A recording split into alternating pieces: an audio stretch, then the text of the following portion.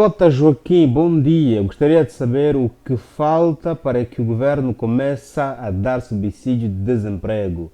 Boa pergunta. Este problema se resolve com várias questões. Primeiro é que o engraçado é que o subsídio ao desemprego é dado àquele que trabalhou. Apesar de existirem países em que as crianças, desde o momento que nascem, aliás, do momento que a mulher é grávida, depois a criança nasce, a criança começa a estudar, criança é adolescente, até 18 anos, a família recebe subsídios. Em outros países isso acontece. No caso de Angola, apesar do contexto também histórico, guerra civil, colonização e não só, fica muito mais difícil porque vejamos, os jovens, para receber o subsídio ao desemprego, precisariam primeiro trabalhar.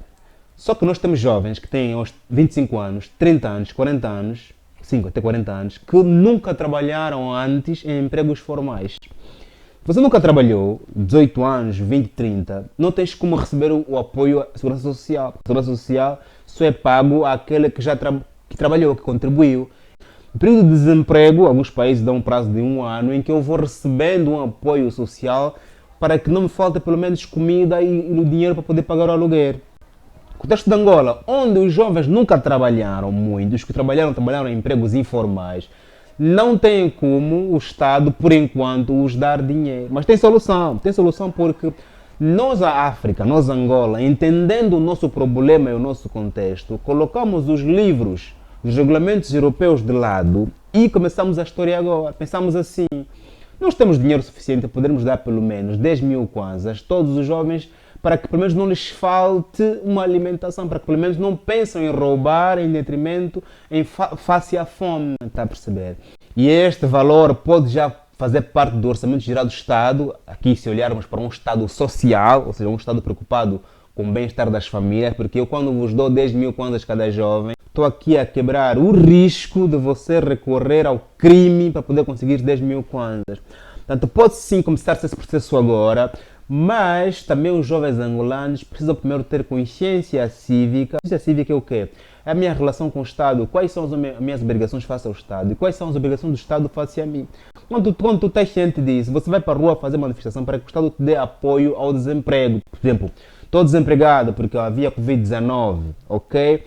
E onde eu trabalhei, aquela empresa não participou com as contribuições porque eu não tinha contrato. Antes de tudo, se eu tivesse consciência fiscal, eu exigiria aquela empresa me passar contrato e pagar as minhas contribuições.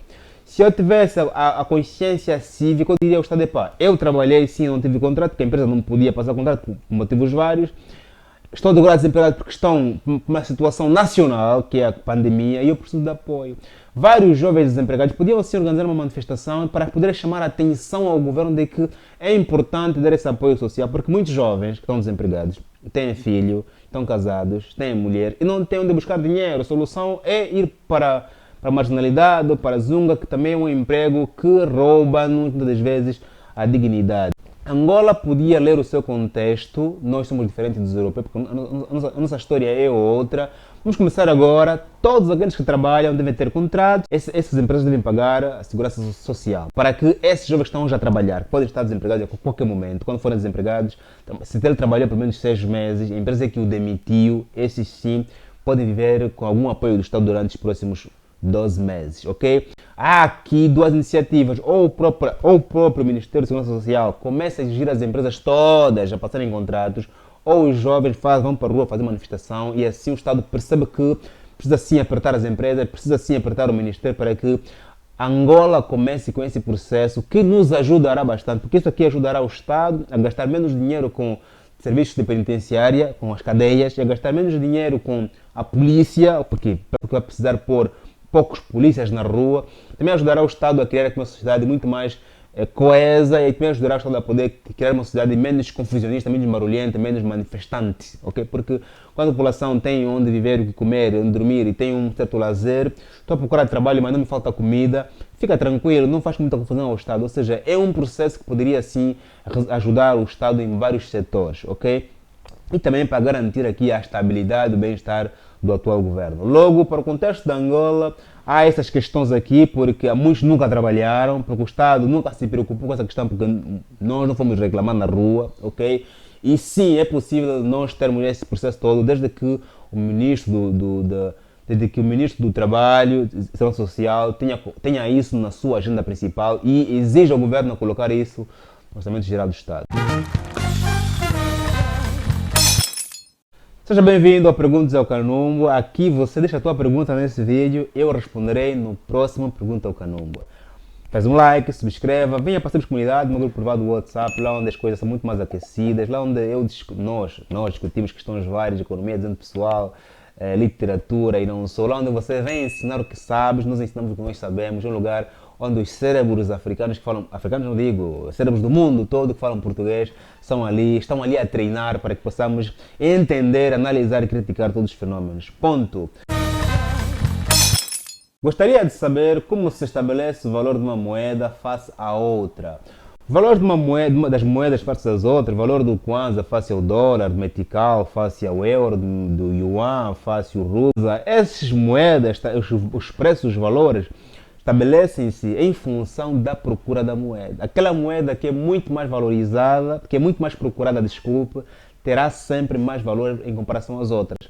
O dólar, o euro, a libra são mais procuradas, razão pela qual tem mais valor em relação a outras moedas. Por que essas moedas são mais procuradas? Porque muitos bens e serviços que nós precisamos são comprados nessas moedas, ou seja, são produzidos pelos países que detêm essas moedas, são pelos americanos, pelos europeus, sim, agora também os chineses, o yuan também começa a ser uma moeda procurada, ok? A Rússia também, o rublo russo era procurado porque a Rússia vendia bastante gás, bastante petróleo para a Europa. Ponto. Logo, aqui o valor de uma moeda face a outra estabelece-se em função da capacidade de um país de produzir riqueza. O Kwanza é menos procurado e só é procurado pelos turistas quando chegam ao país porque precisam do Kwanza para fazerem compras internas, ok?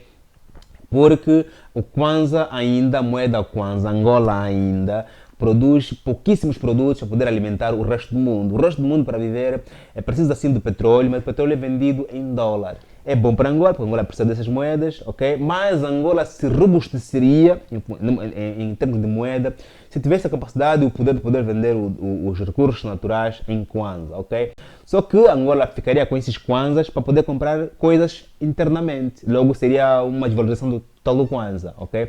Portanto, aqui já para concluir, os valores das moedas medem-se, comparam-se, estabelecem-se em função da procura que as pessoas têm da moeda X, da moeda aquela. E as pessoas procuram a moeda X ou a moeda B, as pessoas procuram o dólar, o euro, o Kwanza, o Ruan ou o whatever, em função do que aquela moeda pode comprar. Eu sou empresário angolano, tenho uma loja de roupas, preciso comprar minha roupa na Turquia. O que é que vou precisar? Vou precisar do dólar ou do euro? Eu sou angolano e tenho um negócio de agricultura, o que é que eu vou procurar? Vou procurar por dólar para poder comprar fertilizantes, poder comprar máquina. Eu sou angolano, vendo carros, o que é que eu vou procurar? Por dólar, poder vender. Está a perceber, portanto, a capacidade do teu país para produzir riqueza que vai ditar, de facto, a tua moeda é ou não importante no cenário internacional, ou de políticas cambiais. Ponto. Estás errado, os países africanos têm de se livrarem do dólar e do franco ao se aliarem aos BRICS, vão deixar de serem explorados pelos europeus e americanos. Bom, isso aqui é uma afirmação em relação ao vídeo que eu gravei quando eu dizia que os países africanos querem se livrar do dólar, tudo em função das declarações do presidente da Eritreia. Ponto, eu disse aqui que estou errado, os países africanos têm de se livrar do dólar e do franco, ao se aliarem aos BRICS, vão deixar de serem explorados pelos europeus e americanos. Eu acho que não estou errado, simplesmente tu não concordas comigo, e eu acredito que os países africanos, ao se livrarem do dólar e do franco, vão sim ser dependentes do rublo e do yuan, porque o processo se vai repetir do outro lado, da outra margem. O que os países africanos devem fazer é apostar apenas na produção interna para não poderem precisar do dólar e do euro. Aqui, esse tema, essa questão aqui está ligada àquela pergunta do outro nosso irmão. Viva! Sigo o teu canal e vejo os vídeos. O meu comentário é que Angola expulsou o colono português, mas gerou outro colono, o MPLA.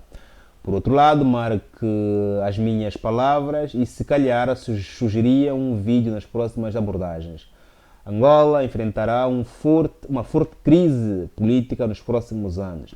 Esperemos que não, esperemos que e não aconteça se realmente as eleições de 2025 ocorrerem sem nenhum traço de injustiça, de transparência. Esperemos que, porque se existir intransparência, se existir dúvida nos resultados, claramente aqui o nosso irmão estará certo. Já vivemos uma crise de valores, uma crise econômica e social. É verdade, hoje os nossos professores de moral, de ética e não só são os influenciadores digitais. Estamos sim a viver uma crise de valores, uma crise econômica estamos a ver sim, o preço do Kwanza demonstra isso. Uma crise social estamos a ver sim, os angolanos estão a emigrar, os angolanos criticam tudo e mais nada e os angolanos estão a comer até cabeças de galinha como frango. Enfrentaremos um período difícil na história de Angola. Esperamos que não, mas isso pode acontecer ou não, porque as crises nas economias, as crises políticas e econômicas são cíclicas. Sempre acontecem, ok? Em função das nossas decisões atuais. O que nós decidirmos hoje sobre a nossa economia e política vai ditar o futuro risonho ou triste do nosso país.